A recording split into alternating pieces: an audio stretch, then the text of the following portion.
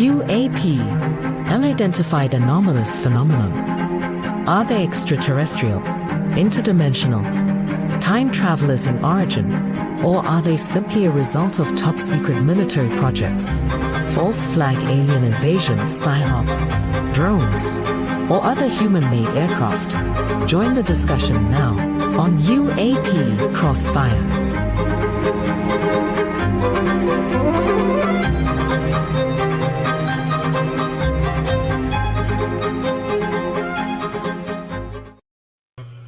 Well, good evening and welcome to the first show of UAP Crossfire on KGR Radio, KGR Radio DB.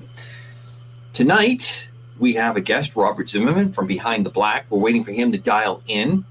He is in the Southwest. Thankfully, he is outside the horrible fires of Los Angeles. But, of course, you see that Don's not with us. So we're going to give everyone an update. I have had numerous calls and texts and emails asking about Don. So we will talk about that. But first, let me bring in the crew. Chris, good evening. Welcome. How are you? Good evening, Commander. And yes, I'd like to just say a real short thing. I'm praying for those people down in California, the ones that lost everything. And I want just a special prayer for Don and another friend of mine, Patrick Jordan. Both are without power, and well, I hope everything works out for them. It's a bad scene down there. It sure is. Padre, Dan Carlson, how are you, sir? I'm doing well. I am recovering from my hip replacement, but pain in the butt is something that I've become well acquainted with over the last couple of years. Well, Happy New Year to both of you. As I said just a second ago, we were all very concerned about Don and Vicky. And we were very fortunate that we had a brief phone call, and it was just amazing that phone call worked out the way it did via Skype. I just happened to be sitting next to the computer, and I saw a call coming in, and I saw it was from Don, and we were all on it. We all eventually were able to jump on with him. Yeah.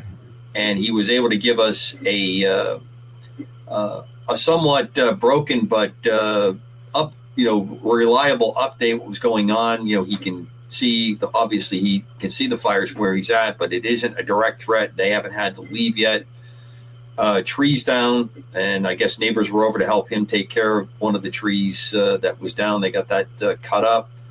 And as Chris and I were talking before the start of the show, and he mentioned it yesterday, the looting situation has become a huge issue for them. Really they're dealing with. And I saw just before we came on the show, numerous arrests. So it's just been a mess. Yeah, they're having some problems, not only just the looting, Commander, but they're having problems getting water. They're having problems organizing the firemen. I watched a bulldozer actually just plow into cars and getting them off the road so fire trucks can go through, because there's 94, 98 mile an hour winds down there that are going so fast they have to abandon their cars and just run to safety. And so, I mean, it's apocalyptic, as Don had told me. For a time, I was the assistant to the state fire meteorologist on the South Dakota Wildland Fire Suppression Division. And I think that people who have never dealt with a wildfire, you see the images on TV and you recognize how horrible it is, but you can't really appreciate it until you're in the environment. For one thing, you see these things, there are fire swirls going up. The heat that those things produce is so intense. I remember one fire that I was at that was in the Grand Teton, Yellowstone area. And these fire swirls were 1.5 miles away. And where I was, the heat was so intense, I couldn't stand it. And then these things throw these embers for miles away from the epicenter of the fire and start these spot fires all over. And then there's this sickening stench of everything that's burning. It's not just like a nice campfire. You got rubber, you've got fuels, you've got all kinds of synthetic material, and it's just a sickening stench. Those people, I pray for them every day, and I am so distraught for them. And I just pray that God will be merciful and end this. Amen to that. Padre, they said the heat was so bad that it was melting metal. They had chunks of metal they were showing that was just melted down, and people thought that they had their precious stuff in safes and said, "Oh, it's fireproof." But what they finding out that the heat was so bad, it was melting the safes, and the contents inside were just destroyed. You know, most of those fire terrible. safes, I think, are rated for like 1,200 degrees at 30 minutes or something like that. Yeah. Well, it's a lot hotter than that and a lot longer than that. And so, yeah, those don't always work. Well, you got so many problems when you have wildfires like that. It's not only just the burning buildings, but, you know, as we talked about, we have the looting and that the traffic problems, the firemen running out of water.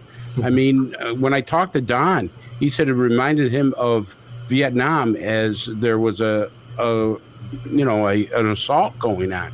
He says the stuff that was just burning was like, you know, that he remembered out in the jungles and everything. Yeah, it's awful. Well, there's Bill. Time out. It'd be nice if I unmuted. So we're having a little technical issue with the guest. So right now it is live. So I am going to attempt to call him right now. Oh, this is like dying for dollars. Oh, yeah. Let's see if the guest. Door number 2. Let's Door see. number 2. Let's see if Mr. Robert Zimmerman is home tonight. Here we go. Let's see if it works. Oh, see, The wireless it went right to. Let me make sure I put the right number in. I did. So the number is not working on my end. Let me check the number here again. One more. Oh, I see the number's wrong. Hold on. Second digit is wrong. Hold on. Stand by. I got to redo his profile. By the way, I'm hearing some interesting stuff behind the scenes about the upcoming hearings. There's going to be more hearings now. Have they been scheduled? No, but they're gathering the people that they want to participate in the next hearing. There it is, Bill. Correction on the digits. I can't get into details because obviously, Why not? They're not going to amount to anything anyways. I got to see. Chris, don't be such a hard. All right, I'm gonna get off till I sort this out. I'll be back. Okay. I'm telling you, the most honest thing I've seen about UAPs was the guy that allegedly burned himself up in front of Trump's Las Vegas hotel. I mean, at least this manifesto I thought was pretty good. You know, he talked about UAPs and everything else under the sun. Yeah, that obviously that's a show for a later date as more comes out on that. But that was just an absolutely amazing situation going on there. My prediction, Commander, he's not dead. Yeah, I have questions about that thing. I'll tell you what. I do find it interesting that someone with his kind of qualifications and background and experience would put firecrackers together. You know, black powder, basically. It just doesn't make sense. No. And shoots Unless you want a fire instead of an explosion. Sure. And they shoot himself with a 50 Teslas caliber. can't drive themselves to locations either. That doesn't happen. No. Yeah, he shoots himself with a 50 caliber Desert Eagle in front of a hotel where the valet is right there. And you see the truck pull up on the security, but you don't see a round go through the roof. Right. You know what I mean? And there's no flash. So questions. I got questions. Fingers crossed. Let's try it. All right.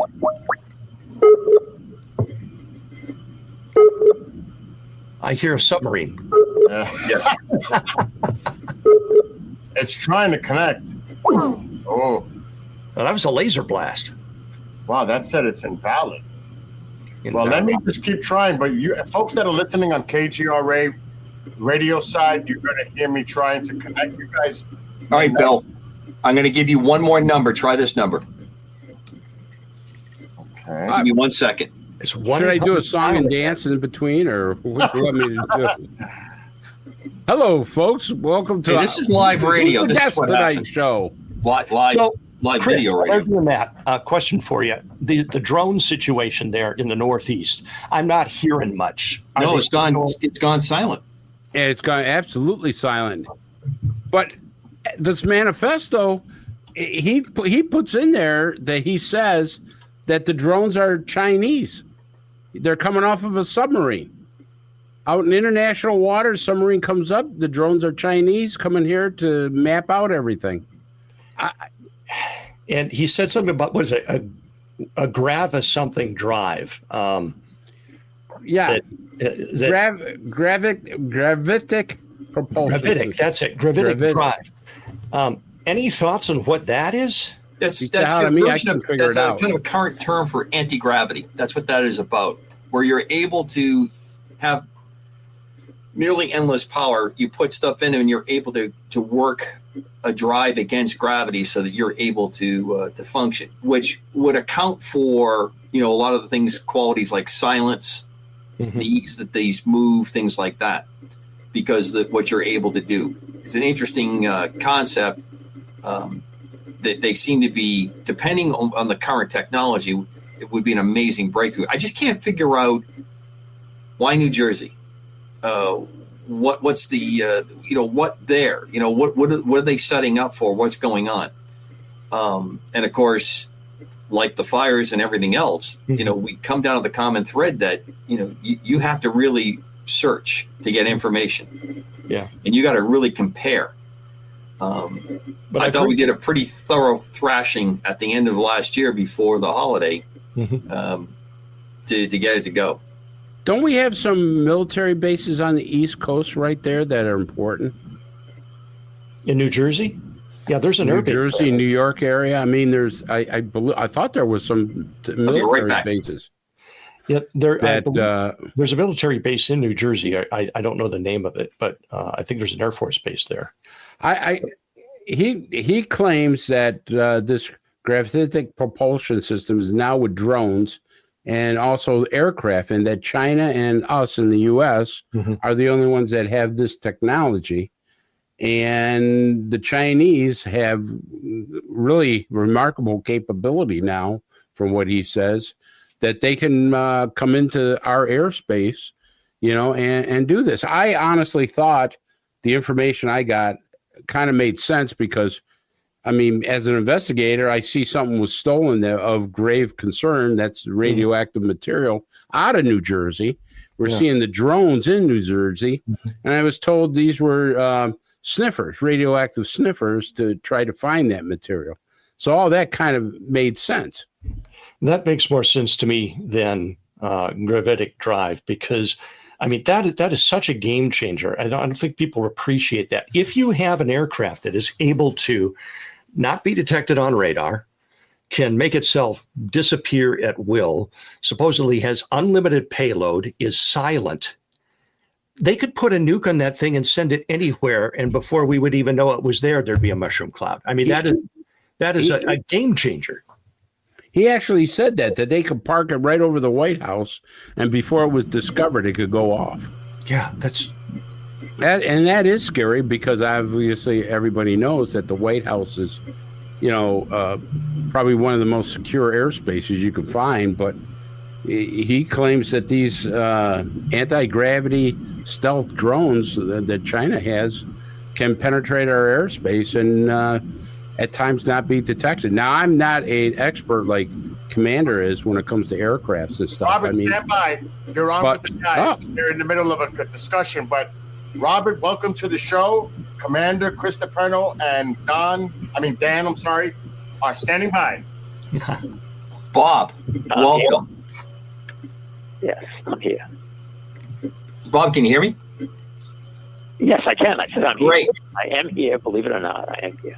Well, through the miracle of modern technology, finally, we're able to get you to join up with us. Thank you so much for joining us tonight. Chris and Dan, the Padre, are with us. We were talking, I told you off air that Don Ecker could not join us because of combating the fire. And how are you this evening? Oh, I'm just fine. I mean, I'm doing as best as one can, and no complaints. So, outstanding. For folks that don't know, I heard Bob, Mr. Robert Zimmerman from Behind the Black.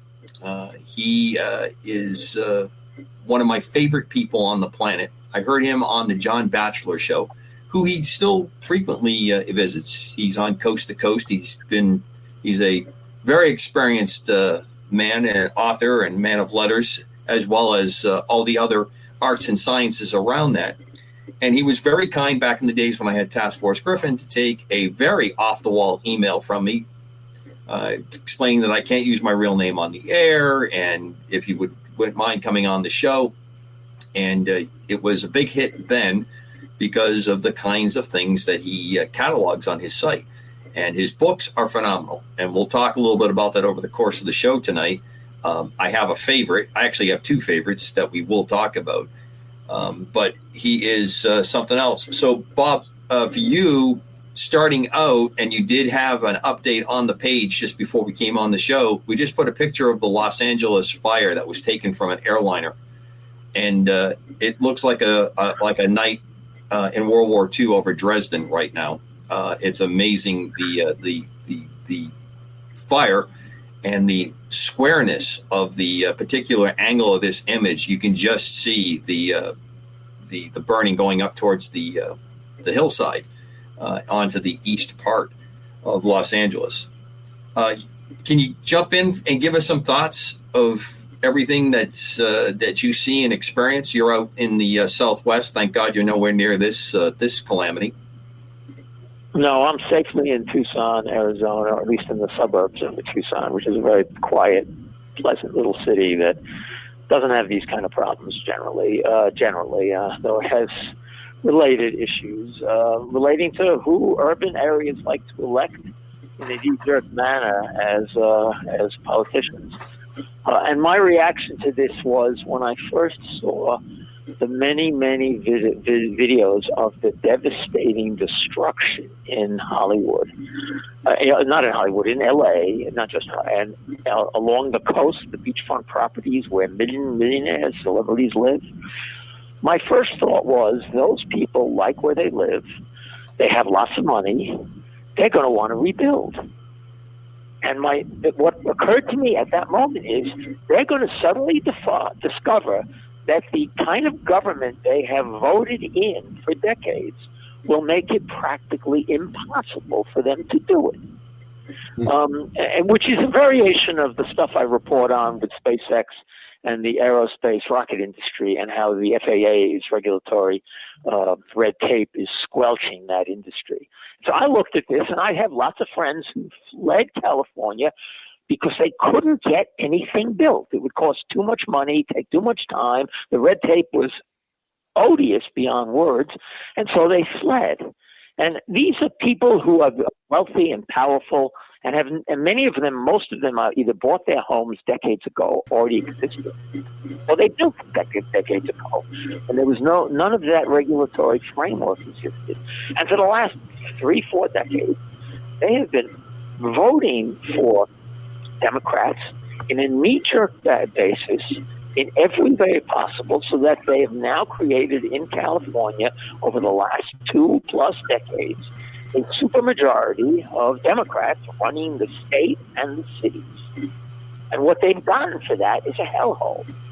But since they're wealthy and celebrities with lots of Hollywood cash, they haven't been exposed to any of this. They don't realize how horrible the real life world has been.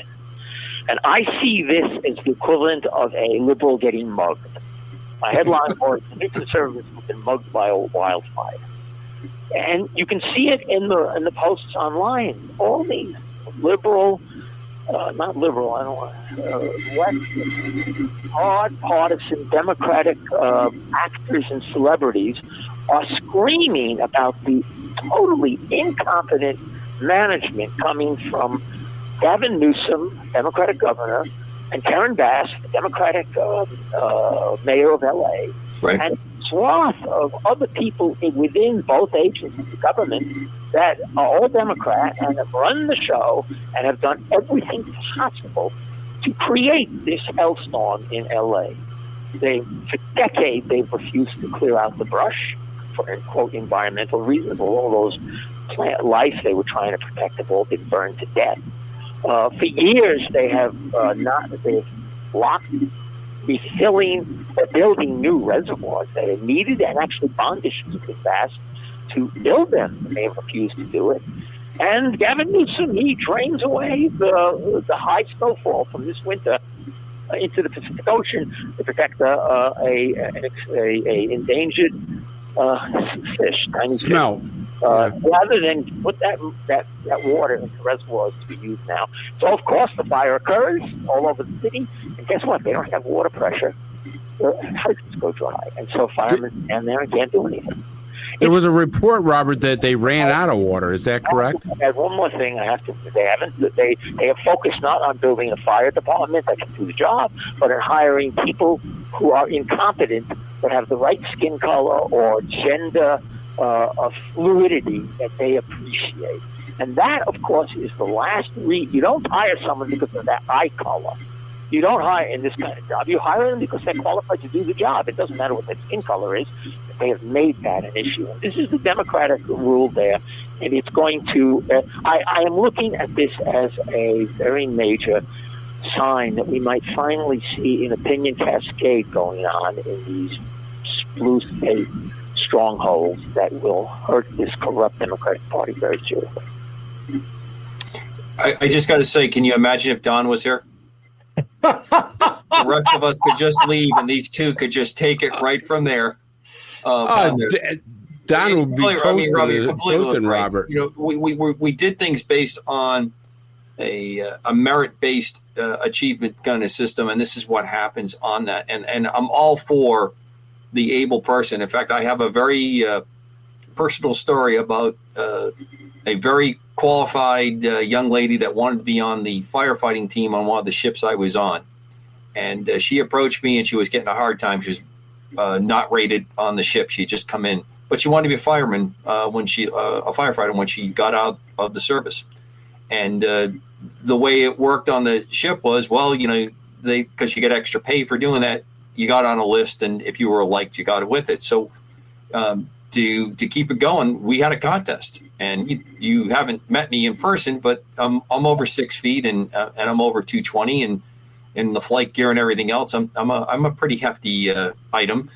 And we just had to run a drill on the flight deck. And the individual of Desire came over. It was a very nice guy. He was probably about 100 pounds, and you can imagine what happened when he tried to pull me out of the aircraft, where I'm acting like I'm incapacitated. And then this gal comes out, extremely fit, about the same height as me, and she hit me so hard in the chest to take my my harness apart that I still have a bruise 20 years later where she did it. And she pulled me out of the aircraft and slung me over my shoulder like every man's dream in a bar fight. Somebody like her is going to come get you. And she walked me out of there in about 10 seconds in this simulated fire. So she got the job. Right. So that's how these things have to work. And this is what's just so, completely backwards and twisted of what's going on. And I think a lot of the other things that you comment, because although you are truly a science-based site, and it's space science especially. Sorry, but I'm going to interrupt. I'm not a science-based site. My whole premise in everything is fact-based. Right. I source everything I write, I link to, I make sure I'm backing up what I say based on actual evidence and reality. And so when I make comments like this, it's based on actual evidence and actual facts. Absolutely. So let's take this as a good spot to introduce you to this audience. How did you get started in this? How did Behind the Black come about? It goes further back than I started the website around 2011, but it goes much further back than that. In the 90s, I decided to get out of the movie business because the movie business was becoming extremely sick. They weren't making decent films anymore. They were making things that appalled me, and I just didn't want to be part of that. I got into the movie business originally because I wanted to make films like Citizen Kane and Grand Hotel and real drama films, things that John Ford and John Wayne would do. And every film I got involved in was just terrible. So I decided I'm going to make a switch, and I switched to science writing and space journalism. And because I said, I want to, for this, two things about that. One, I like to write about positive things because I'm an optimist. And two, the thing that has always interested me as an artist and a creative person is the unknown. Science is pushing the unknown. Space exploration is pushing the unknown. For 40 years, I've been a cave explorer, where I have actually been in several miles of virgin passage that no one other person had ever been in until we surveyed into it. So I've been where no one's ever been before. I'm interested in exploring the unknown, and I figured science and space exploration would give me an opportunity to do that. And part of the reason I chose space is because I was a kid in the 60s, and I followed the space program closely and remained a space geek. So I got into that, and I started to write histories, award-winning histories, and I started to write magazine articles for a lot of very respected magazines. And for the next 20 years, until the early 90s, I was doing all right doing that and very happy about it. I was making good books. So award-winning histories about some of the key things in the entire space industry. I mean, I wrote a history about the Hubble Space Telescope, the most important telescope that built, and who did it and why and how it affected their lives. I wrote about this Genesis story of Apollo 8, which is the very first mission humans traveled to another world, and they orbited the moon on Christmas Eve and read from the Bible. The significance historically of that mission is unmeasurable. I then wrote a history of manned space exploration post-Apollo called Leaving Earth to describe how you would learn how to build interplanetary spaceships. I've done lots of different books in that manner, but in the mid-'90s, with the coming of the internet, late 90s, I should say, in the aughts, it wasn't in the 90s, I was doing this into the late aughts, I suddenly realized that I could not make a good living anymore writing magazine articles.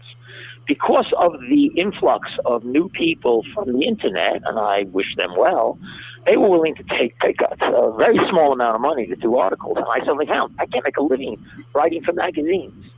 And I also realized there was the opportunity to do a webpage. And I also realized, on top of that unlike magazines, where I propose them, I might propose 6 article ideas to an editor. They'll consider it for a month or two. They might pick one. That's a might, remember. And then maybe a year later, it gets published. And so very little of what I wanted to write about ever got in print, because I'm a very prolific writer, and I'm interested in a lot of different things, and there's a lot of things going on. So I suddenly said, well, let me put my own webpage together. And so I did that in 2011, and I've been doing it pretty much every day for the last almost 14 and a half years. And it was an absolutely liberating experience. The very first time I posted, because I didn't have to get an editor's approval. I didn't have to wait for them to copy edit it and edit it. And I'm not against that, by the way. I wish I did have that happening, because it would make my work better. But it delays things, and I didn't have to get articles approved. If I saw a news article or a space story or a fantastic image coming from Mars Reconnaissance Orbiter, and I wanted to post it, I could get it up in an hour and a half, and people could read it. And it was incredibly liberating. And so that's the beginning of Behind the Black. I've been doing it now for 14 and a half years. I intend to do it. I'm never going to retire. I'll do it until the day I die, because it's a pleasure. It's what I care about. It also keeps me sane, because when I see things that affect me emotionally, it helps me rationalize it by writing about them. And I keep my brain sane that way. And so that's the whole story of where Behind the Black came from. I haven't talked about what the title, where the name comes from, but we can get into that if you want. Well, Dan, anything? I've been really enjoying the website Behind the Black, and being myself with several decades as a meteorologist before I went into ministry, I really enjoy that section that's climate and sun science. And there's just so much great material there, and I can tell from reading that and Mr. Zimmerman's conclusions that he and I could probably spend a weekend together of like mind going over his conclusions, and that it's a wonderful, wonderful resource. Thanks for doing that.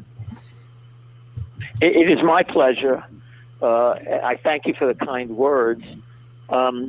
Back in the aughts, before I did the webpage, I was very, very puzzled by the entire climate change debates, issues.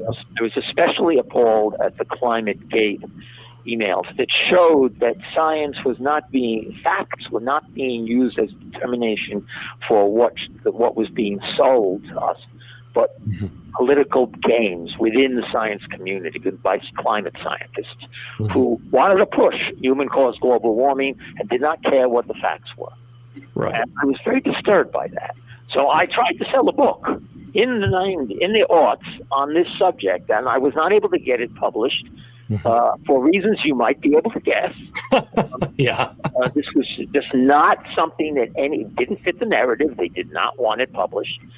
And the research was also me trying to understand what the actual situation in the climate field is. And this is what I learned. Now, I might be wrong still, but having read all the IPCC reports from 90s right through the middle of the aughts, I think I have an understanding of it, which is that the climate field and all their models does not depend on carbon dioxide to warm the atmosphere, as it's often claimed. They understand that carbon dioxide is a trace chemical. It's really too small to make a difference. This is not Venus. So the theory is all based on something they call feedback. It's a great jargon word to hide what they mean.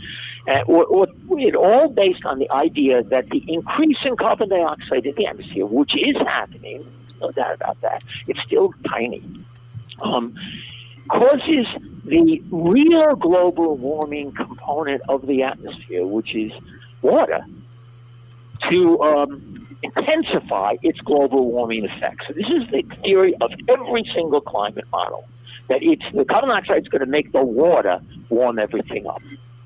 None of those models have yet been able to predict the actual warming of the last 30 years. None of them will work. They just don't work. So it's a theory. It might be a good theory, but if that's the theory, and I've used understanding that, when I read any article about climate science, I immediately look at that and say, well, all right, where's the real data here? They don't have it. They just don't have it. The uncertainties that were very clearly laid out in the very first IPCC report, which is very well written and people should read because it was a really good summary of the climate field and the uncertainties at the time. This is in 1990. None of those uncertainties have been solved. Now, right. What is it now, 35 years later? They have not solved those uncertainties. They still do not know the importance of pollution and its contribution. They don't know the sun's contribution to the atmosphere. I mean, I could go down the list. The point I'm making is that this is an uncertain field. Nothing is settled. And so every time I report anything on the climate, I'm always emphasizing the uncertainty. Uncertainty of science is, of course, the heart of science, which we don't know. And we should always not know. And what we have to try to do is figure out what the facts are, recognizing that those facts could be wrong at any time, any day, and could be challenged by anyone at any time or place. And I think that what you're pointing out is so important, especially as it looks like we might be getting into a new era of free speech with the freedom on X, and now Mr. Zuckerberg saying he's going to stop the false-based fact-checking on Facebook. You know, I was doing some student teaching fill-in, substitute teaching fill-in at an elementary school and in science. And when I got there, you know, you would ask these kids how much, you know, what's the biggest threat, and they would just recite global warming because that's what they've been told. And I said, how much carbon dioxide do you think is in the air? I mean, how much of our atmosphere is carbon dioxide? Because they're just told that carbon is evil, and you know they'd say 20% or 30%. I say no, it's actually 0.04%. And a tiny amount, because they were being taught we have to get rid of carbon. And I'm like, well, if we get rid of carbon dioxide, what are the plants going to breathe? Right. No, we're going to die. Silence. We're going to die. Yeah. And what do we need plants for? Oxygen. That I came up upon was that increase in carbon dioxide has been greening the earth for the last 40 years. It's shrinking the deserts near the equators, and it's bringing more plant life in the farther north. So it's not necessarily a bad thing. It is absolutely something that a rational civilization should be aware of and look at. But to panic about it and to use it as a political wedge is really, really very disgraceful. And this is one of the problems. Now, you mentioned the freedom that might be coming. One of the I'm going to write about this tomorrow, I think, but one of the aspects of what I wrote about. After you get done writing about us and this fantastic show you're doing tonight. Who is this? What was that? I said, after you get done writing about us and this fantastic show you did tonight. Yeah. Oh, I see. Well, yeah, of course. And the technical mastery of getting you on the show without any glitches. Anyway, one of the things I noticed was that one of the articles I linked to was an article from the New York Post listing all the really left-wing celebrities that are lambasting the Democrats. And I quoted one in particular. And what I found interesting about her comments is that she listed all the same things I listed about why this management and the mismanagement had occurred and how the Democratic politicians have failed her and the California. What I found interesting about that is 15 years ago, she would not know those facts. She knows them now because she now has alternative sources of news, and she does not any longer trust the mainstream propaganda sources that 10 years ago she would have just trusted without blindly. And in fact, if you told her to go to an alternative conservative site, they would have just dismissed it. No, that's garbage. I'm not going to go to that. But she got that information from the alternative, the New Press. And she didn't get any information from the propaganda press that has been basically lying to her and everybody for the last 4 years. More than that, but really blatantly in the last 4 years. And so I see that as one of the reasons your mention of freedom coming back, free speech, is because even on the left, they realize we got to get information from other sources. It's not working from these people we're depending on, and that's a sign beyond. That's a positive sign that makes my heart go pitter patter. I'd like to ask you a question, if I could, just briefly here. I'm sorry, guys, I don't want to hog the whole show here, but I want to segue into this, what you said about reliable sources, because again, moving toward the UAP subject that the show is about here, so many people are wondering, who can we trust for information about these things? So let me ask you, when you are looking at the subject of space or science, technology, UAPs, what are some of the sources that you use that you have found reliable? I take a historian's point of view to this. When I was becoming a historian in the 90s, I took the academic approach and tried to understand. I look first at what I call original sources.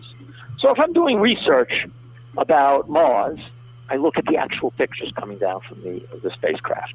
They are pictures, actual pictures, and so therefore I'm looking at the real thing. I'm not looking at like the press release that NASA might issue that Space News rewrites. Doesn't really do any additional information. On top of that, what I will do when I'm doing a story like that is often I will get in touch with the scientist to request a picture, to ask questions. I don't do that as much as I used to because two things happened. One, I was having trouble getting a hold of people because they saw I'm conservative during the crazy years, in the last 5 years, so they wouldn't talk to me. And secondly, because over that time period, I really learned a great deal about the science and geology of Mars, so I can figure out what's going on in these pictures now pretty well. But so I go to original sources first. If I'm not going to use an original source, I'll give you an example that an original source could be something on Twitter spoken by an actual person experiencing the event, such as people at the wildfires saying, there's no water coming out of this hydrant. That's an original source. That's a key original source. And this is one of the things why things are changing, because people are now depending on that kind of source at X to see actual things going on that's not being blocked anymore. And so they see the real thing, and who are you going to believe? Your eyes or the lies they tell you? And so that's the second thing. That's the first thing, original source. The second thing is, if I'm going to go to a news source or a research source or read a paper, I'm always going to check it up against something else. So if there's a story about a heavy political issue, there's no way, even on the conservative side, that I'm going to just accept what the conservative has said. I'm going to check on it. And so I'll give you an example that happened about 2 weeks ago. There was a tweet on X from a guy who said a recent study, and I'm forgetting, it was a news organization, and it was Bloomberg. They did a study in which they found that in the last 3 years, only 6% of the jobs went for whites. And I bookmarked that and said, hey, that's an article to write. That's pretty ugly. But then I kept checking around, and I came upon another article that analyzed Bloomberg's analysis and indicated the fault thereof. It's not true. They were doing it as positive. 94 of all hires were blacks. Isn't that wonderful? I was looking at it the other way, but it's neither. It's a much more complicated number that wasn't really worked out possibly. So I decided I'm not going to report on that at all because the facts there are unclear and it's not worth a story. So second thing is you check everything. You don't accept the first thing you see. A lot of tweets on X are designed for emotional purposes. This is the third thing. They're designed to generate an emotional reaction. And if that's their goal, you have to ask yourself, well, what information are they telling me?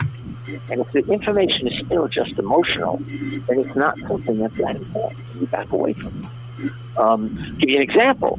There was a tweet today of a woman running across the street to accost Gavin Newsom, the governor, about why he's not doing anything in her neighborhood. Her house got burned down. Her child's school is gone. And her emotions are real, and it's a tragic thing, and he is very clearly incompetent. This is not providing me any information. This is just generating emotion. And so I'm bringing it up to say I'm not going to report or link to that. It's just not. It doesn't help me really figure out what's going on. And when I talk about the uncertainty of science, science is a skeptic's field.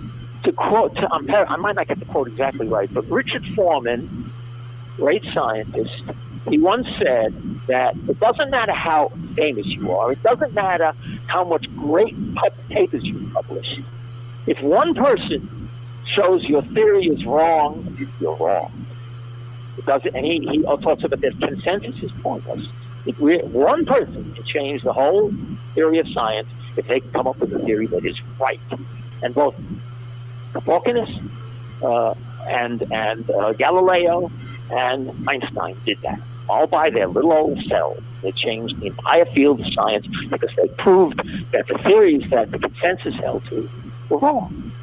And so you always have to be uncertain and accept that that's how science works, uncertainty, and be skeptical. And this should apply to press stories you read, to news articles, to even tweets. But, separate the wheat from the chaff, basically. I hope that answers the question. Good answer. So, Chris, what do you think? I'd love to see him and Don at a dinner table. I'd pay money to see that one. I want to know why you guys keep saying that. Explain. Because you're both very much alike. You have that same kind of critical analysis. You both, and you speak it clearly. You get right to it. There isn't. There isn't. There's no nonsense, and there's no sleight of hand. Fluff. And I think that's what drives us crazy in the subject that we beat on the show quite a bit. Is there is no critical analysis that goes on. Whatever is the latest pop issue that's going to be on the screen, because you use the term, and I love the term, new media, and for years people have fought this new media because they couldn't control it, and because you can't control it, so what we're going to do now is we're going to flood it. We're going to dampen down any truths, any mission on purpose by throwing additional items into the mix. And we're going to have clickbaits. We're going to have all kinds of fun, interesting little things on the side. We're going to drag you away from that. So anyone who visits Behind the Black, Robert Zimmerman is our guest tonight. Bob is our guest, and his site is phenomenal. especially if you're a space geek, if you're into any of that kind of science. And his commentary is there. And I've seen him put retractions out and explain why he's removed stuff because he's found out that the theory or the story wasn't right. So, hey, Chris, I didn't mean to cut you off. No, that's fine. I'm glad that you explained that. I don't mind being corrected. Robert. One of the words I live by, which I learned from Joseph Bernowski in a series he did for PBS back in the 60s called The Ascent of Man, he quoted Oliver Cromwell. On the bowels of Christ, think about what that means, and he's a religious Puritan saying it. On the bowels of Christ, think it possible you might be mistaken. And I keep that as a motto in my mind at all times. And one of the problems that Democrats have had, and for the last 8 years, 12 years since Trump got elected the first time, is they have been refusing to consider the possibility they are wrong. They become blind to any other considerations, and that's very unhealthy. And it's shown. It shows up right now in California and LA. So anyway, I think a conversation between me and Don might be very boring because we just say, "Oh, well, I agree." Yeah, I guess. Oh, I don't know. I think it would be fun. I think it would be a lot of fun. Yeah, Robert, I want to take you back to something's fascinating. I looked at your bio. I found it very fascinating that you started off making, horror films, and you actually was a production manager. And you wrote screenplays and stuff. But then you went to get a master's degree studying early American colonial history because you were fascinated by the successful pioneer societies. What fascinated you? Why go in that direction? It's a really good question. When I took that master's degree in the early 90s, I was trying to figure out how I would shift my career out of the film business because, as I said, I wasn't happy there. And so I took double major as a master's, film and early colonial history. And the irony is that the history led me in a direction that made me a space historian, essentially. I learned the techniques to be a historian and how to do it right, and cover the facts well, and because I was a good writer, how to write it so it's readable. I would read a lot of bad writing among academics and unreadable stuff, and I just want to puke. In fact, it hurt my writing getting that degree because I got used to reading that stuff, and it poisons your skill. But I got out of that. I write well, and I tell stories well, and so all right. So I did the history to try to find out what I was going to do. And the early colonial history, it was really then in the back of my mind. I'm interested in the eventual colonization of the solar system. I'm into space. I've always been into space. This is one of the reasons I was switching into the space field as a historian and as a science journalist. And the question I had was, and this is back in the 90s, the question I had was, well, what are the things that will work and will not work when you establish a new society in a new place, brand new? What doesn't work and what does? And what occurred to me then was, well, gee, the English in the 1600s was a culture that did not have slavery, was appalled by the idea, and just would not have it. And yet Virginia, the largest British colony, after 100 years became a slave state. 150 years, but it eventually had a vast population of black slaves. While the northern colonies, settled by the Pilgrims and the Puritans, rejected slavery just like Great Britain did. And so I asked myself, how is it that these two different sets of colonies become so different? And in a sense, from a science point of view, you've got a great experiment there, a controlled experiment. You can compare the two. And so I was researching that, and I wrote a master's degree. And being a writer who's, writes a lot of work, most master's degrees are usually between 40 and 80 pages. I wrote a 350-page master's degree. And And I had went to fights with my advisor because they did not like my conclusions. And you can guess why they did not like my conclusions, because my conclusions would be considered then, quote, conservative. Those are basic common sense. There was a breakup of the family in Virginia. The kids weren't well educated. There was a lack of any kind of religion or moral training of anybody. They made indentured servitude, in other words, treating someone as a piece of property, a common event. And I could go on with the details. And I'm not going to, because that treatise, that thing became my most recent book, Conscious Choice, the origins of slavery in America and what it matters to the future of the United States. So, Robert, it ties directly to what we're going to do when we get to other worlds. If we don't pay attention to the mistakes Virginia made, we're going to make the same mistakes on Mars and elsewhere. So, Robert, I want to ask you at the same time, and I find this fascinating, and I got to ask you this question. You started doing cave exploration. You started going into caves in the United States, Germany, Czechoslovakia, Russia, and Ukraine. And you said that you've gone places untouched by humans. Now, there's always been this theory that, in these caves, they have found evidence of lost civilizations, other civilizations, or people living underground. In any of your time doing this, because I've never been in a cave, I don't tend to go in one. Have you seen anything that led you to believe that this is something that you have discovered? Anyone who says that has never been underground in a cave, in a non-commercial cave. Anyone who says that, it's not it is, and I warned Cobra that I would be harsh about such things. It's utter hogwash. It's utter hogwash. That's what I want to hear, if it's hogwash or not. What, say again? No, I'm glad you said that. If it's hogwash, I want you to tell us it's hogwash. Because like I said, I've never been in a cave, but it looks like you're an expert at this thing. Caves tend to be very devoid of life. And there is some life there. You do find insect life in some places. You do find, when there's water, sometimes you'll see cave fish. Not many times. But there is some life. But generally, caves are barren. And the reason is there's no sunlight. Right. No energy being put into the system for life to prosper. Now, the caveman, humans, when we began to move from being apes to humans, we used caves as a tool, as a place to live.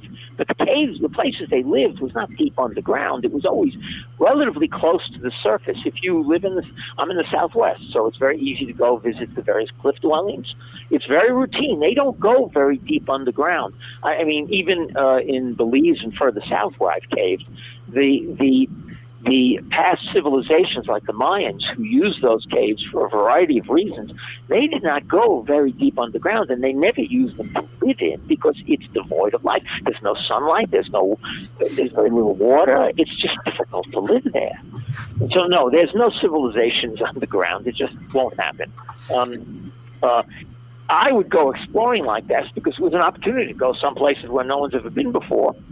During surveying, I mean, I for many years when I lived back east, I was part of a project in West Virginia that, as of like the early part of this century, there was a cave that was about 9 miles long. That cave is now about 60 miles long, and it's got a neighboring cave of about 26 miles that will probably connect to produce an 80 to 100 mile cave system. I want to point that out, that this is taking place in West Virginia in the United States, where cave explorers have managed to discover 70 plus miles of virgin unexplored passages, and you don't know anything about it because our press doesn't report interesting things. It's a very, one of the advantages of doing this, of course, is it's not just simply I get to go where no one's ever gone before. I get to go and see some things that you don't see in a commercial tour. Commercial tours do try to give you really spectacular beauty formations to look at, but there are some things deep underground, and this is natural formations, that are really indescribable and would be very, very difficult and pretty much are impossible to create a commercial tour with ramps and lights for the normal population to see. you'd have to almost destroy them. There are exceptions. There are a few examples where they've achieved it reasonably well. But if you do exploration and caving, wild caving extensively, you get to see this stuff, and that's worth it in its own right. Have you ever been to Jewel Cave in the Black Hills of South Dakota? Oh, yes, I have. Both Jewel and Wind. I've been to both. I have taken what they call wild tours, because I was only on a tour, on a vacation traveling from west to east, so I was visiting these various places. And they run wild tours where they will take you beyond the commercial tour they normally give people, and you get to, and it's kind of like a cave trip. They give you lights and helmets, and I think that's very cool, and they do that, and you get to see some things. If I lived in that area, I would have participated in the still ongoing survey that's going on there. Those caves are not fully explored; they are very complex, and they will continue to grow over the many coming decades. Because do you have a theory as to whether or not Wind Cave and Jewel Cave will eventually connect? That's my opinion. I live in the Black Hills, so that's my thought. You mean whether Jewel or Wind would connect? Right, because Jewel Cave is over 70 miles already, and it's not that far away to Wind Cave. You think they'll? Well, we're going to have to wait for the answer on the other side. I have to jump in. I'll answer the question as best as I can. Bob, hold on. I did study it. I don't. What? Bob, hold on 1 second. We're at our break.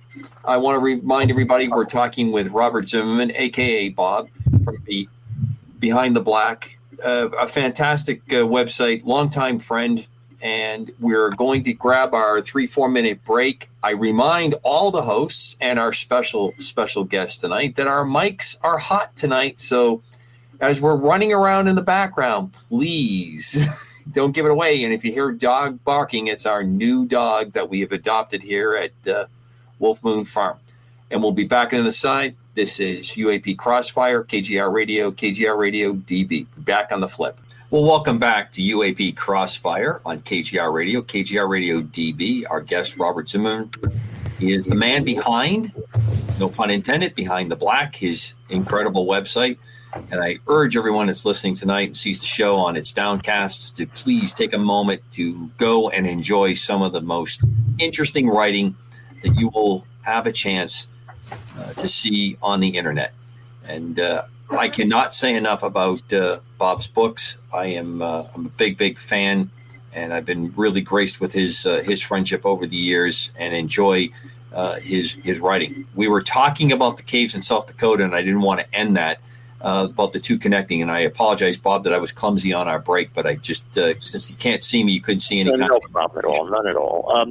I'll just be very quick. I don't any longer remember the specific geology of the two caves. It is very possible the geology won't allow them to connect. I don't know.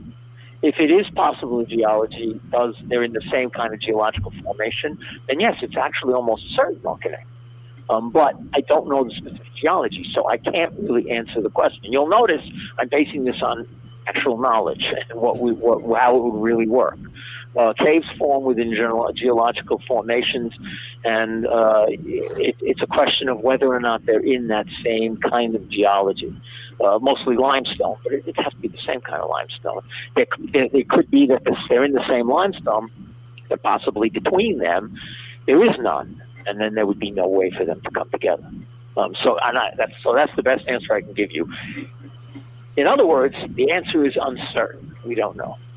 So, Bob, a while back, I read on the site where you had envisioned a walking trail on Mars. Am I correct on how I'm phrasing that?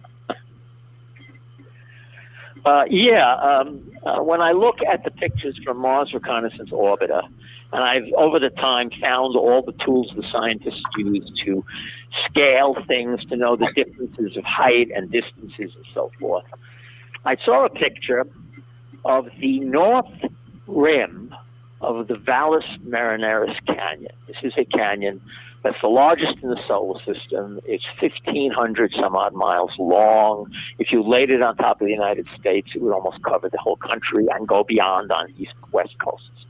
And its height from top to bottom, from the rim to the bottom, is greater than Mount Everest. We're talking about like 30,000 feet as a general rule. So this is gigantic. And it is a canyon like the Grand Canyon. You would be walking along a plain, and you'd suddenly get to a rim, a distinct rim, and you'd be looking down into this thing. It's so big, but we really do not know what it will look like. I mean, Mars has a thinner atmosphere, but it's also dusty, so we don't actually know how it's going to be when we get there. I will, as a side note, mention that there are scientists now researching the possibility of doing a helicopter mission in the canyon, and so that's a possibility coming in the near future. But put that aside, it's not actually happening yet. So I looked at, one of the pictures I saw was of the north rim, not the north rim, but the north cliff face of this canyon, and it was a particular picture, kind of oblique, so it gave you real sense of size and shape. And it showed a ridge line that appeared to go down into the canyon. And I did additional research from other sites and other data points where you can get the actual height and length and so forth and see wider shots so you can see the context around it. And I realized that, that could be a trail. You could build a trail along that ridge line all the way down to the bottom. And now, we're talking about 31,000 feet of elevation change. That is about 6 times more than the Grand Canyon. Canyon is about, say, 4,000 feet, 5,000 feet, depending on rim. This is 31,000 feet. It is, once again, greater than climbing to the top of Mount Everest, the distance. And the grade would be much, much steeper than a Earth-based trail. Well, I looked at it and said, well, first of all, the gravity on Mars is about 39%, so you could work a deepest trail if you wanted, if you have the right suit and oxygen supply and so forth. And the truth of the matter is, yes, the distance is great. It's about 7-8 miles, but because of the elevation change, a good capitalist would say, well, let's put a few inns along the way and, make a good place to make money, as in Switzerland, which they've done in Switzerland, which makes this such a wonderful place to visit. And so I put that up on Behind the Black with a cool image, and I showed it. But I made it a two-parter because in looking at the location closely, I suddenly realized that there's geology issues at this particular location of the north rim of Valles Marineris. And that's what I did on second day. I pointed out that there appears to be cracks on the plateau paralleling the rim that suggest that the rim, that the cliff face is beginning to separate from the plateau. And wider shots show large other major collapse in the same general area. And as I said with caving, the geology's got to be the same for them to have the same, for the caves to connect. Well, in this case, if you see major, I'm talking about really major collapses, opposite this trail proposal, on the opposite rim, cliff face, and you see them on the same cliff face, and you see evidence it might be separating, well, that suggests on the near geological time, that could be many tens of thousands of years from now, but on the near geological time, this might not be a good place to put a lot of inns and trail, because this might collapse. So you get some scale of Mars in a number of different ways. That does not change the possibilities of putting trails and inns in Valles Marineris, because, as I mentioned, the thing is 1,500 miles long. There are plenty of other cliff faces and along the side of the canyon that would be equally as beautiful and likely geological much safer. Well, I hope that in the future someone hears this and remembers and puts Zimmerman Trail when we finally do have a trail on Mars. Now, I want you to give us some thoughts on where we are with our various space programs. I've followed you over the years, with the emergence of the privatization and the kinds of things that have gone on. You've done absolutely first-class writing, analysis, explanation. And I will say that one of the things that you mentioned earlier when you were going through some of your academic training, the ability to take events and write them down in a way that people can understand is probably one of the most critical arts that we do in humanity. And I can tell you from personal experience in the military, especially in test work and in preparing for military planning, that is the emphasis on that is incredible. because you tend to have, very strong technical skills. You talk in technical jargon, but you have to be able to put down information correctly and in a way that when you walk to it later, you're able to analyze it and get something of value out of it. It's an important, it's a big part of the training that goes on. But Bob, please spend some time with us and the audience. You're looking at the various folks that are out there flying the skies and headed into space. I should point out that for years I joked about how I make my living translating the scientist's jargon into plain English. Right. That still is the case to a great extent. As for what's going on in space right now, I think like a lot of things, not just in space, we are at a very, very critical and significant moment, a turning point moment. I have been arguing in numerous places for 30 years that NASA should build nothing. That NASA, we don't want, and you used the term, and I cringe when I heard it, so sorry, but you used the term program.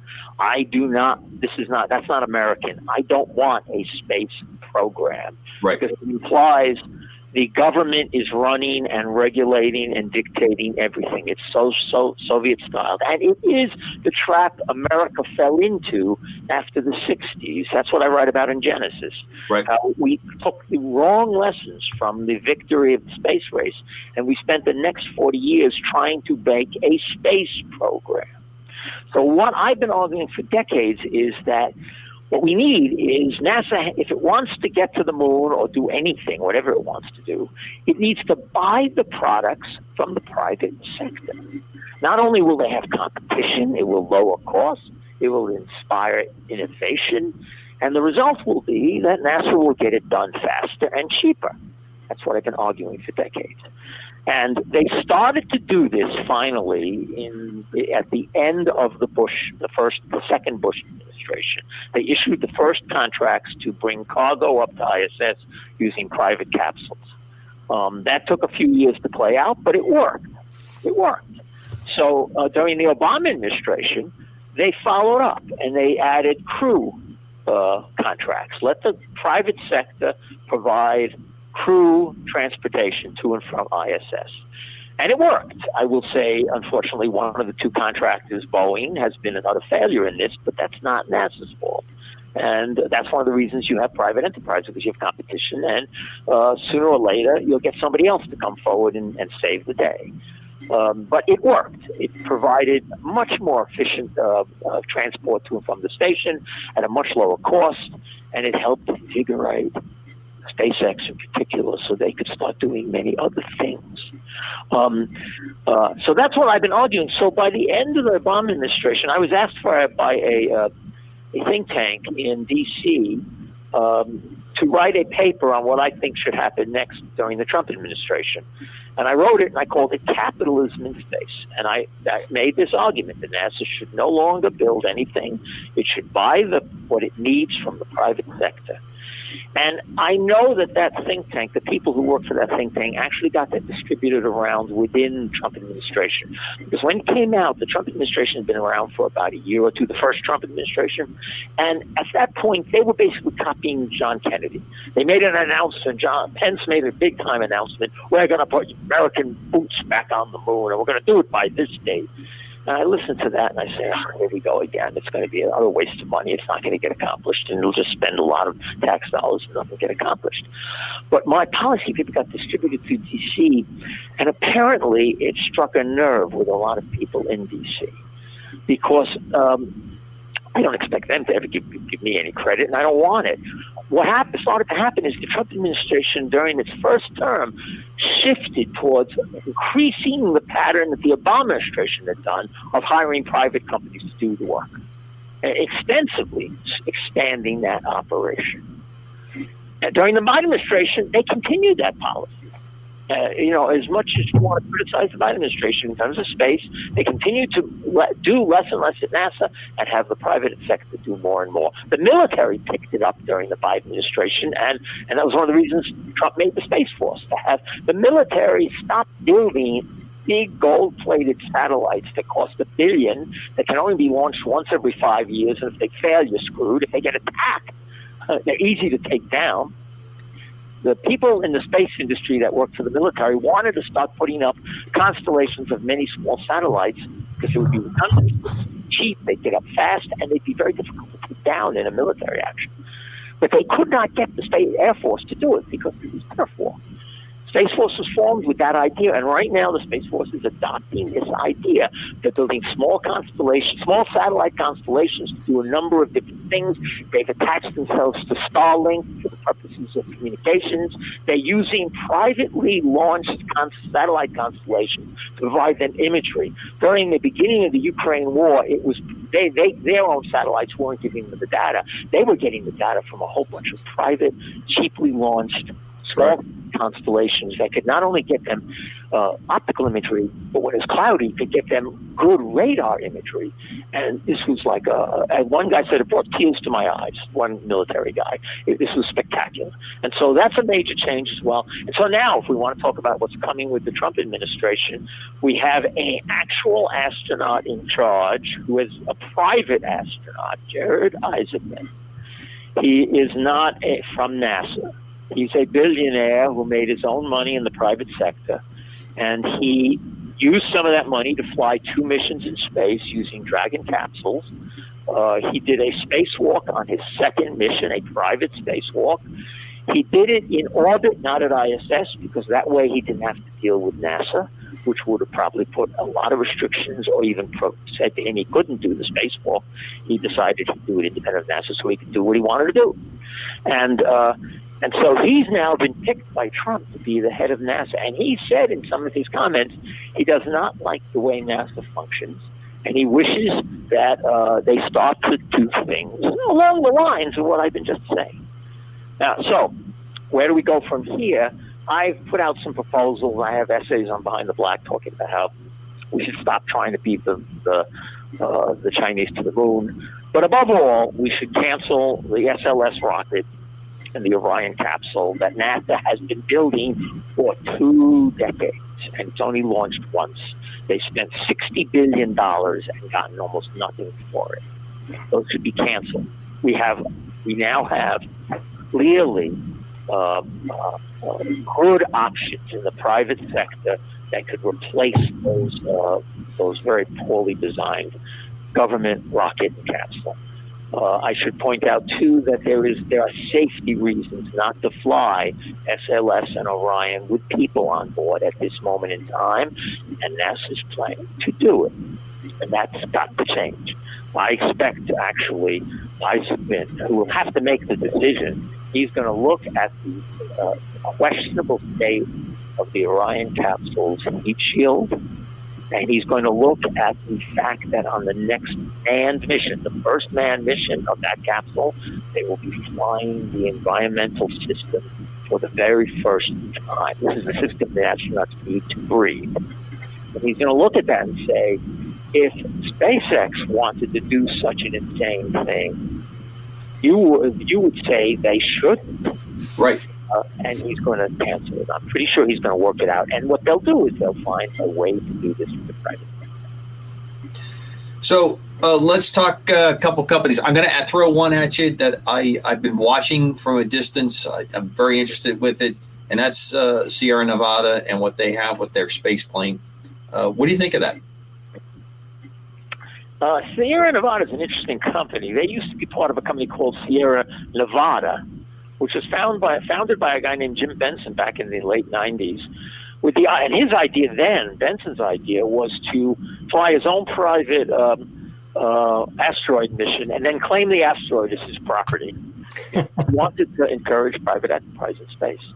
He passed away about, 20 years ago, but his company lives on as Sierra Nevada. But about 3 years ago, Sierra Nevada separated the Sierra Space. They pulled the space division out of the company, and that was a good thing. It really brought that company back to life. They've been really slow about developing their first Dream Chaser mini shuttle called Tenacity. This is a mini shuttle that would be reusable, that would be able to bring cargo up to ISS and bring cargo back. And its first flight is tentatively now scheduled for sometime this spring. It is 5 years behind schedule. But that delay, I think, goes back to those early years when it was part of Sierra Nevada. The company has been much more active since then. Now, Sierra Space, it's not just a dream chaser or tenacity that's of real interest. NASA, and this is getting back to, once again, let private enterprise build things. And this is where we might be going instead of the moon in the near future, and in a good way. NASA has development contracts with 3 different consortiums or companies to build private space stations. There is a 4th American company that's building its own private station with no NASA money right now. So in the United States, with some European and other nations' help in these consortiums, there are being built right now 4 different space stations being developed. And so Sierra Space has a partnership with Blue Origin to build what is called the Orbital Reef Station. And Sierra Space has done really good work developing its inflatable modules and testing them for use on that space station as a demonstration. Now, NASA's going to have to award a bigger contract to at least 2 of these stations to make their own. But I anticipate at least 2 to 3 stations are going to be under construction in the next 5 years in the United States. Maybe 4. Maybe all 4 will happen. And once again, that will help develop. Once again, NASA asks the private sector to do it. You get competition. You get many people doing different things, trying out different things, and at the stations making profits doing other things. Side note, NASA never allowed profitable operations on ISS. You were not allowed to make money. No capitalism allowed. We're a communist state. Well, the private stations are not going to have those kind of rules. They're going to do things to make money. They're going to want their customers who put payloads on the station to make money. So they'll come back. So there's going to be an encouragement to make money. And so you're going to start to see a lot of new things developing innovatively with these stations. And all of those things that will be developing will be in connection with keeping the United States a much more robust space industry in orbit, which in the end will make it very easy, actually easy, to get back to the moon and go on to Mars. Now, I have not mentioned SpaceX and Starship Super Heavy in almost any of this. They are a factor, absolutely, and they're a positive factor. But if you encourage the entire industry to grow, you know, 2 + 2 = 6 at that point. And that's how the United States was built as a nation, and I think we're getting back to that now, and that's very encouraging. Let me open it up to Chris and Dan. Anything there that you guys want to jump on? Yeah, Robert, I'd like to take you back a little bit. I'm fascinated by the books you wrote. I want to ask you about conscious choice, if I may. Okay. Because I've never heard this before. I'm fascinated by what I read this, the origins of slavery in America and why it matters today and the future of outer space. And at first I didn't get the connection, but I'm starting to see by the way the way you're talking that it could be a concern there. But I'm fascinated that you wrote about the New York Times 1619 project, which I never heard about. That falsely claimed well, slavery. That's good. If you heard about it and you knew anything about it, your knowledge of the past history of America would be damaged badly because it's propaganda. It's Marxist DEI propaganda, anti-American stuff that tries to claim everything in America that was ever done was done for bigoted reasons to oppress blacks and do it for slavery, and it's wrong. Right. And I'm telling that actual story that happened in the Virginia colony and why slavery did appear there and why it did not appear in the Puritan and Pilgrim colonies in the North, in New England and in Pennsylvania, and why actually in the Quaker colony of Pennsylvania and Delaware you saw the beginnings of the abolition movement, which had never existed in the history of the human race before. Correct. Slavery had been, until the abolition movement, slavery was always considered to be a perfectly acceptable option. And it was, and most people don't know why. That sounds horrifying to say that, but you have to understand why. It came about as a solution to war, to a problem at the end of a war. You win a war and you've got all these prisoners. What do you do with them? And the humane solution that the human race came up with was slavery. You don't just kill them. That's really terrible. You give them, quote, jobs to do within the new community where they don't have any power. The victors are still the victors, but they're not dead. They have a life to live. So that was where it came from. And so slavery was always considered not a totally immoral thing. The abolition movement decided, no, it's not right. And this came out of the United States. All right, so I'm giving some background there. Once again, I gave some of that history earlier in the show. I started to write this because I wanted to understand why the northern colonies did one thing and the southern colonies did another, to better understand what future colonists on Mars and the asteroids will need to do, not to go where no one's ever gone, but to establish a new place to raise their kids. And that is the one component that people forget among space geeks. You're not going to Mars to go where no one's ever gone before. You're really not doing it. You're doing it to find a place to raise your kids. And the reason the Puritans, more than anything else, were successful is they were focused on raising their kids. They came as family units. They came forming small farms that were self-sufficient so that the family could raise its crops so it could eat no matter what happened, but then make extra money if it could sell off surplus. They came and built communities that were all within walking distance of their church so they could go to church every weekend. And they insisted that their kids learn how to read and write so they could read the Bible. One of the interesting facts that came across is that the New England colony had 100% literacy almost 60 years, 100 years before England and Great Britain did. Because these small communities came with these reasons, and they came to build a community for their kids to do it a certain way.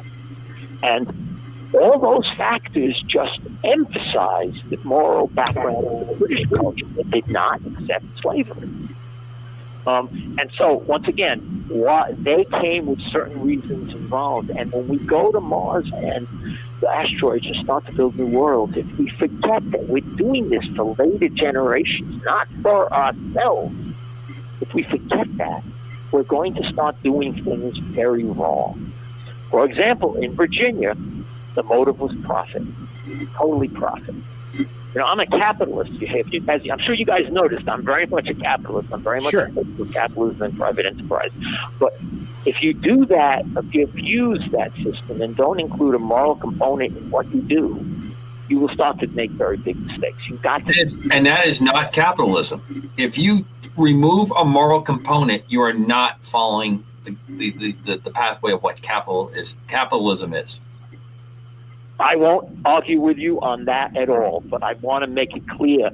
I want to make it very clear. People don't understand this anymore, that you must have the moral component when you have a capitalist system. You must have freedom, and you must have capitalism. You must allow people to compete freely without fear of harm, but they have to all be doing it with a moral component. We're absolutely in agreement on this, absolutely. So where was I? I was talking about that moral component, and I forgot. You're talking about slavery on Mars. I was talking about how the importance of raising your kids. So if you're going to start to form a colony on Mars, once again, I was talking about what happened in Virginia. They didn't come. They were pulling only profit. They didn't set up a moral system. Religion is a moral system. You can argue about what religion will work, but if you use a reasonably good religion, and most religions in the world are reasonably good, I can think of only one that I would not recommend, and it's located near Israel. But most religions give a very good moral framework for raising kids and setting up a good society.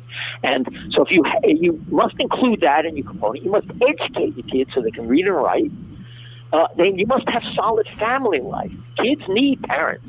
This is not rocket science. It is not. But it's amazing how much American culture has forgotten these very, very basic ideas.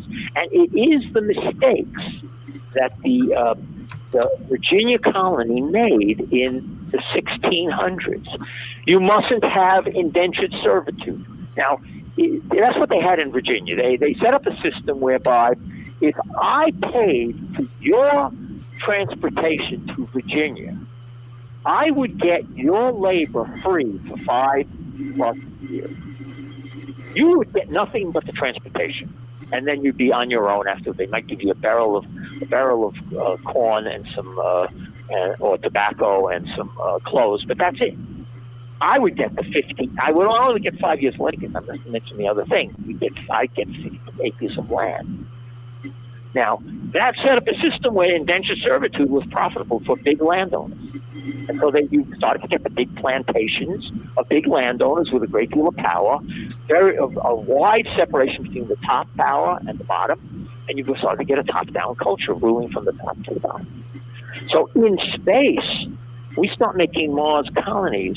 It will be a very big mistake to let a company like SpaceX, as much as I love them, to create company towns on Mars.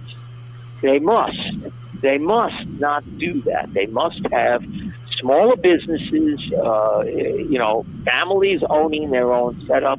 This is maybe going to be hard to do. Maybe it's impossible to do. But if you keep these goals in mind, you make it more likely you'll do it, and you'll avoid some of the evils. There's a lot of science fiction movies that talk about company towns and people being oppressed and they can't get out and they have no freedom. And that's not an unreasonable fear in space. And we have to think about what you shouldn't do and what you should do instead. And that's one of the reasons I work on choice, because I'm outlining what works and what doesn't. And can you tell me, Robert, can you tell me too, because I really want to, and I know nothing about this, but I want to read this article. The mysteries buried in the Martian South Pole ice cap.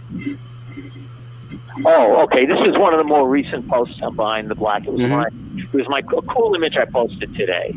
It sure is. Cool image of a cliff face near the sun. It's only about 260 miles from the Martian southern pole, and it's on the edge, kind of the edge of the South Polar ice cap.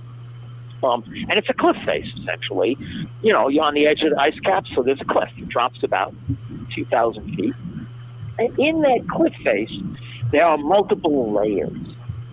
And what was interesting to me about this particular picture is that the layers were colored. There was a color strip, and the color strip showed that the layers had different colors, almost like crystalline. There was orange layers, there were light blue aqua layers, and they alternated between the two. And I thought that was pretty cool, so I published it. And I posted it today. And what it really is telling us is the geological history of Mars as we presently understand it. Mars, the polar ice cap, the two polar ice caps are very different from each other. They're somewhat different because one's at a high elevation than below. There's other factors involved. The South Polar ice cap has a small dry ice cap on top of a very thin dry ice cap, with a much thicker water ice cap beneath that, and then a very, very much larger cap of a mixture of layered mixture of ice and dust. And that's what this picture shows, the mixed layers of ice and dust. The orange colors are more dusty, and the aqua colors are more filled with water, ice. We're seeing reflections of that. That's at least my guess. I mean, I could be wrong on that, but that's my guess. And so that's what you're looking at. Now, on top of that, the layers tell you about the geological history of Mars. Because Mars, unlike the Earth has an inclination of about 22 degrees, which produces our seasons. We rotate at an angle, and depending on where we are on the Earth, the seasons change as that angle changes to the solar year. Well, Mars right now is about 25 degrees, which is very similar to us. So its seasons are kind of similar to ours. They're pretty much equal, 4 seasons, size and length. But Mars, unlike Earth, tilts radically up and down over its history. Mars could tilt as little as 11 degrees, so it's almost up and down, to as much as 60 degrees, which is a significant tilt. And what planetary scientists now theorize is that the change from tilt to tilt is what causes the cycles that we see with glaciers and with surface features and at the caps. Because what they think happens is that when the tilt is very, very high, more than 45 degrees, the temperatures at the mid-latitudes of the planet are actually colder than the poles, which means that the ice and the dry ice at the poles will sublimate away and fall as snow in the mid-latitudes. But then when the tilt goes up to 11 degrees, the planet is almost straight even. The poles are much colder than the mid-latitudes. So what happens? The ice in the mid-latitudes starts to sublimate away and fall as snow on the caps. And so what you're looking at here is literally those cycles being expressed. The dusty layers are probably when the tilt was very high and the ice at the pole was going away and dust would fall on the ice cap. And the bluish colors are when the tilt was very low and the ice was accumulating on the poles because it was coming from the mid-latitude, falling as snow. That's the theory. That's the basis. I also point out in my post that this is my guess, and it's also to a great extent an educated guess by the scientists more educated than me. And it's really going to take hands-on analysis and a lot of core samples on the South Pole of Mars to really begin to decipher this correctly and precisely. Oh, thank you, Robert. Do you think that we'll find any kind of life on Mars? If you do what I do and you look at lots and lots of orbital images as well as lots and lots of rovers images on a regular basis, I mean, I love to troll their archives. And every time they download the images, I review them and find that's how I get these images and find them. If you look at enough images, you recognize that Mars is a very barren planet. A lot more barren than the caves I was describing to you.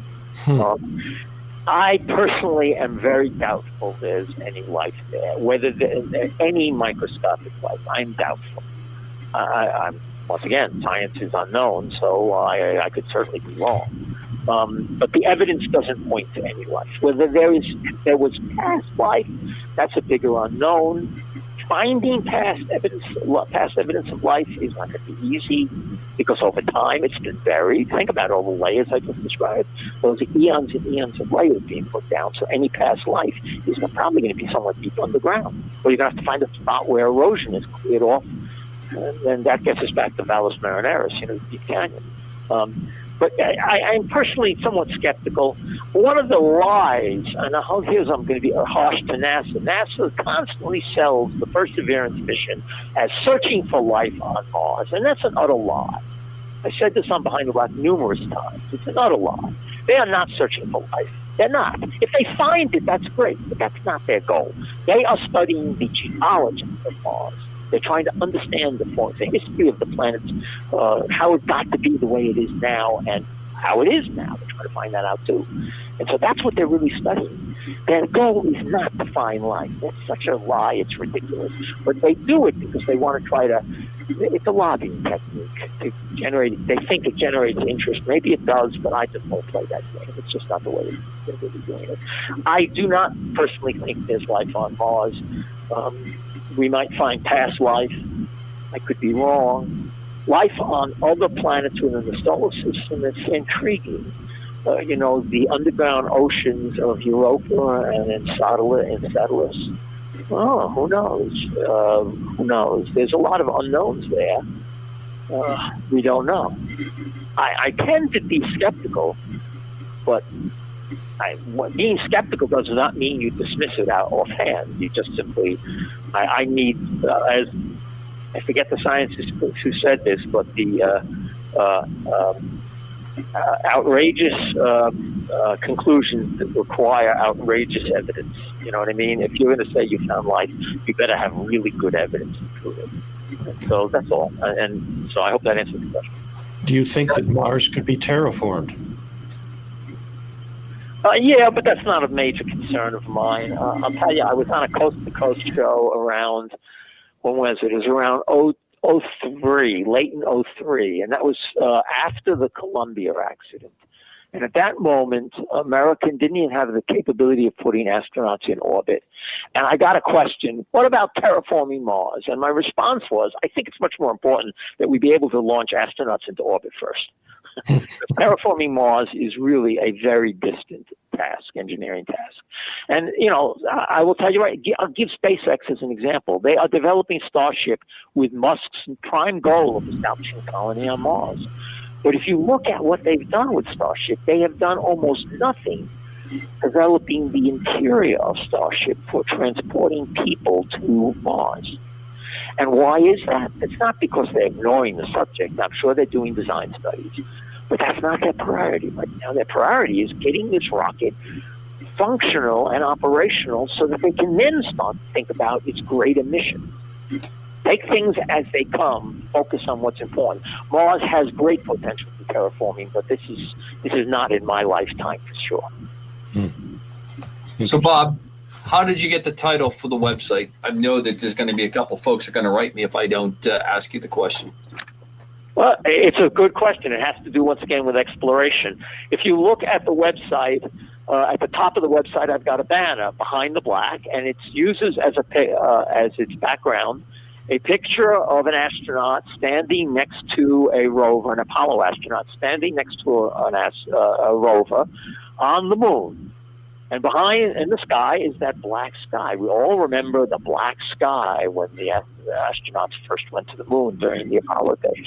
And as a kid, this was not what was expected. Everyone assumed there'd be no atmosphere. You'd be able to see the stars and the galaxies and, you know, the nebula. And you'd see the Milky Way. But no, that's not what the case is.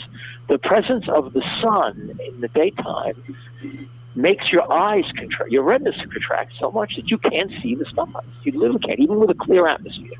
So the sky is pitch black. And I think that's an analogy for everything we're doing in space, because going into space is really our first glimpse at what's behind that black. The Hubble Space Telescope looks out deeply. There's an essay on my website called Behind the Black. There's a actual link to it, but it doesn't explain what the link is.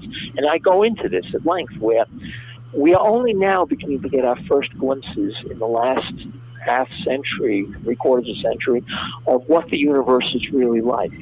And trust me, it's a glimpse. It's barely any knowledge at all.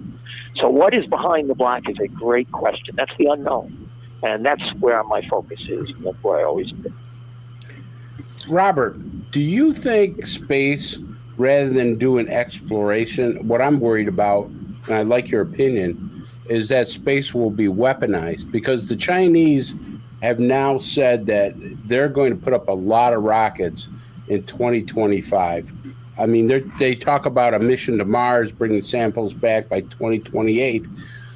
But there's also talk of weaponizing space, and basically some countries want to do that and throw away the exploration part of it.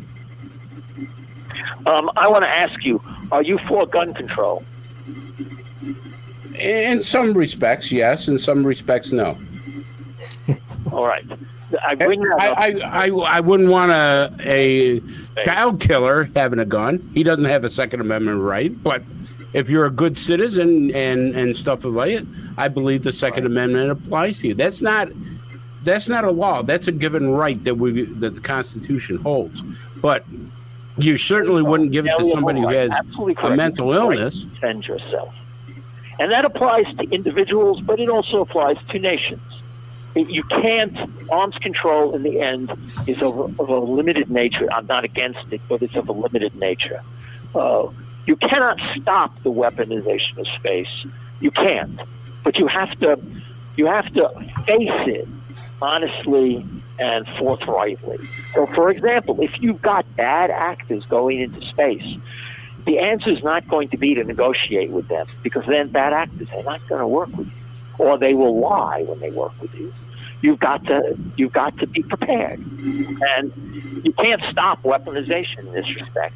And I've talked about this at great length, having to do with the Outer Space Treaty. The Outer Space Treaty is going to encourage the weaponization of space, because it does not allow any nation to claim property in space and therefore establish its laws on any planet or asteroid in space. And so what it becomes then is a free-for-all. Grab as grab can, and then use force to maintain your control. And the Chinese are clearly aiming in that direction. They're not going to respect the Outer Space Treaty, even though they've signed it. But where does that leave us? We can't make believe, we have flowers and unicorns and rainbows and we'll be peaceful. No, that's a mistake. We've got to face this reality and move forward with that under our belts. If we could at the same time also work to change the Outer Space Treaty so that we could claim territory and set up laws, and then maybe negotiate a deal with the rest of the nations in the world so that we all work under a framework like a Homesteading Act to claim territory equally, that would create a very, very civilized way to settle, and it would create, once again, competition and encourage the settlement. But before we can do that, we've got to get the Outer Space Treaty out of the way because it forbids private property. I was very encouraged during the Trump administration with the establishment of the Artemis Accords, because it was very clearly looked to me like the Artemis Accords were designed to, in the long run, create an alliance of Western nations that believed in private property and the rule of law and individual rights and capitalism. Create an alliance large enough that could either force a change in the Outer Space Treaty or get to a point where they can just ignore it and proceed with establishing property rights and legal framework in space. During the Biden administration, it was very clear. The Biden administration kept signing people up. It's great, but they were trying to change the purpose of the Artemis Accords. Well, Trump is back, and I guarantee you he's going to bring that original goal back into the forefront. And now he's got more than 50 nations part of the alliance, and they're almost all the major nations in the world. The really only two nations that haven't signed on are Russia and China. And Russia's not going very far, very much. So it's just China. And so I think that there's a very good chance we'll see a change in the Outer Space Treaty in the coming years. And that will be a good thing. Because if you can create a legal framework, you will prevent the need for war and weaponization. I'll use example Portugal and Spain, historic example. Portugal and Spain were settling in South America. They were ahead of the British by far and the French. And they were having conflicts because who owned what piece of property? But they were both Catholic nations. So they went to the Pope and they said, here, we want you to help moderate and come up with a solution so that we can settle the new world without fighting wars all the time. And they came up with an agreement whereby a certain longitude line, everything to the east would belong to Portugal and everything to the west would belong to Spain. And if you look at a map of South America today, Brazil speaks Portuguese and all the Western countries speak Spanish. And that's because of that bill. And these two nations respected that agreement for centuries. And it's one of the reasons there were very few wars in the New World in this time period, because they had a legal framework to work off of. And so we need to establish the same kind of things to prevent your fear of weaponization. But until that's done, we've got to be prepared for others who won't be so nice. What do you think is the most promising, or let me rephrase this. What is the most interesting thing that you have seen from the James Webb Telescope imagery? That's an interesting question. Remember, the James Webb Telescope is not an optical telescope. It's infrared, so we don't really see anything. What we do is we look at false color images they create, that they manufacture from the data. And as an infrared instrument, it is mostly designed to get spectroscopy. It was originally designed to try to take infrared images and laser images of the deep space cosmology, where objects have shifted so much into the red, into the infrared, that Hubble couldn't see them. They're not in the optical anymore. And that was what it was conceived as. And as far, it's interesting, Webb has actually two bits of interesting results from Webb. One is it's beginning to really being used very successfully to find out a lot about the exoplanets that have been discovered in the last 2 decades.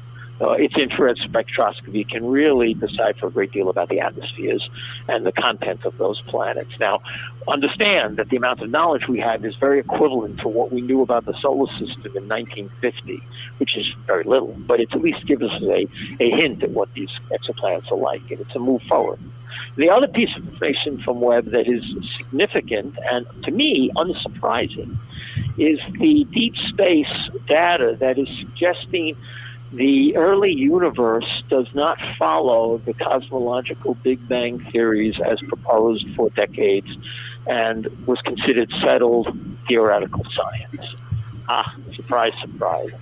We know so little, there's so many uncertainties. And so what Webb has done is actual data, and the actual data is not corresponding to those theories. They found a lot of big galaxies, much more developed than they expected.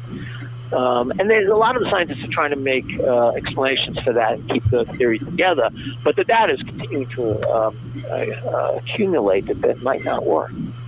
To me, that's the most fun part of it, because it science is uncertain. Whenever anyone tells you the science is settled, grab your wallet and grab your ass. You're not a real scientist. Yep. How true. And I've listened to cosmologists for 40 years, since the 90s when I began to do science journalism. I've listened to cosmologists repeatedly tell me the Big Bang is it. This theory is it. We know inflation happened. I don't know if you know what inflation is, but the theory, the data doesn't explain how fast the universe expanded after the Big Bang. So what they did is they inserted ad hoc this idea that after the Big Bang, it suddenly expanded at a much faster rate called inflation. And then it settled down to the rate we see today. So just imagine you blow something up and the debris flying away flies at the speed that you'd expect, and then for a period of time it suddenly decides to go much faster. And then it settles down to the speed you'd expect. It's ad hoc. It might be true. I don't know. I'm not a physicist, but at the same time, I look at that and say, well, I'm from Missouri. So I've listened to these cosmologists for decades. They refused to consider any other alternatives. They knew. And yet, the data from Hubble and the data from Webb, this is another component of the Webb's data, is finding a contradiction in the expansion rate of the universe. The Hubble data says the expansion rate is X, and the Webb data is suggesting the expansion rate is Y. The difference isn't gigantic, but both measurements have shrinking margin of errors, and they're not shrinking towards the same answer. They're shrinking to different answers. And they call this the tension in cosmology. They come up with these great terms, the tension. What it is it's uncertain data that's telling them their theories are wrong. They don't know what's going on. And so that's the aspect of Webb that I find most interesting. That's a good one. Bob, we're coming down to probably, I'd say, like the last 7-8 minutes. And I want to spend some time talking about my two favorite books that you've put out. And that's Genesis and that's Leaving Earth. I want you to start with Leaving Earth. Give us some thoughts on that. Mr. Arthur C. Clarke thought it was a pretty impressive book. I think it's much like your latest work on slavery. I think it's going to live on for ages. I hope it does. And Genesis had a profound spiritual kind of contact with me.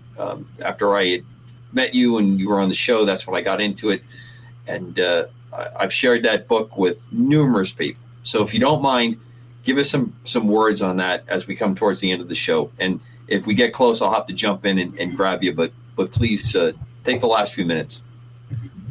Okay, well, so Leaving Earth, one of the things is your opinion about Leaving Earth is not just your opinion, nor is it mine.